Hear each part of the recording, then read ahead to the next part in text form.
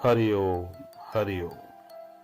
आज हम अजपा जाप के बारे में आपको बताएंगे। आप अजपा जाप को अच्छे से सुने कि कैसे हमारे शास्त्रों में बताया गया है, उसे आप अच्छे से सुने।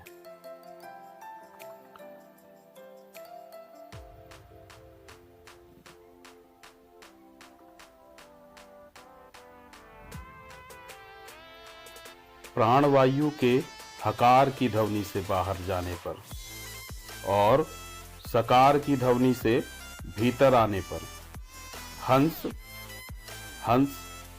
मंत्र की उत्पत्ति शरीर में 21,600 बार होती है। इस हंस मंत्र से सोहम शब्द की उत्पत्ति होती है। हंस मंत्र का जप ही अजपा गायत्री है। यह योगियों को मोक्ष प्रदान करती है। इसके संकल्प मात्र से उसके समस्त पाप नष्ट होते हैं। कुंडली से उत्पन्न यह गायत्री प्राण विद्या महाविद्या है। गोरखबानी में महायोगी कहते हैं, अजपा जपे सुनि मन धरे, पांचों इंद्री निग्रह करे। ब्रह्म अग्नि में होमे काया, तास महादेव बंदे पाया। अर्थात जो योग साधक अजपा जाप करता है, जिसकी चित्त वृत्ति तेल धारावत अनवरत ओम सोहम तथा परमात्मा के इष्ट नाम मंत्र के जप में लगी रहती है, जिसका मन ब्रह्मरंध शून्यवाद में रमण करता है, अर्थात ऊर्ध्वमुखी रहता है, जिसके इंद्रिय समूह चंचलता को छोड़कर स्ववश रहते हैं, जो विनिश्वर शरीर को ब्रह्मानुभूति रूपी अग्नि में परिशुद्ध कर देता है, उस योगी की वंदना साक्षात भगवान शिव करते हैं।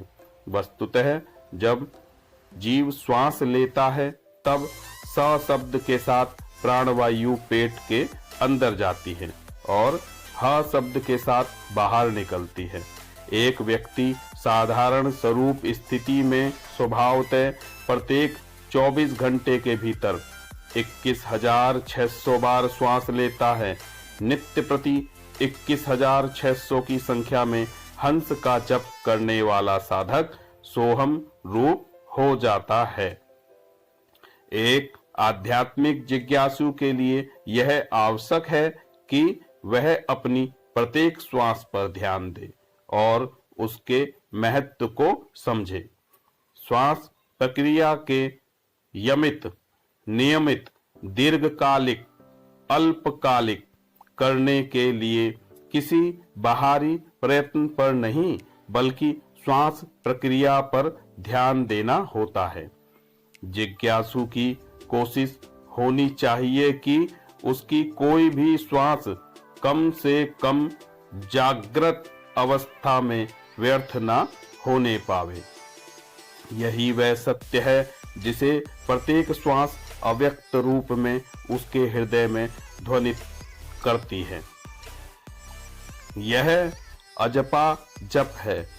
महायोगी गोरखनाथ जी कहते हैं कि अजपा की तुलना में कोई भी अन्य विद्या, कोई भी अन्य जप और कोई भी ज्ञान नहीं रखा जा सकता है।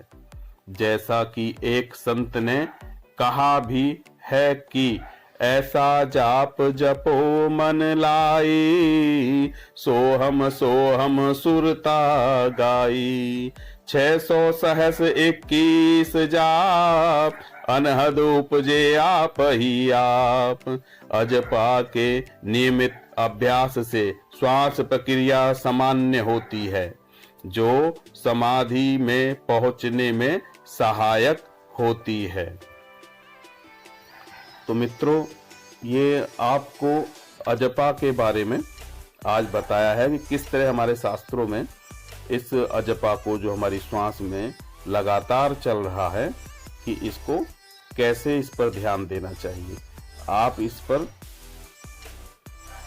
शुरुआती दौर में जो लोग ध्यान करते हैं वो इस ध्यान प्रक्रिया को अपना सकते हैं और ध्यान कर सकते हैं। हरि ओम नारायण, हरि ओम नारायण। नमो नारायण, नमो नारायण, नमो नारायण, नमो नारायण।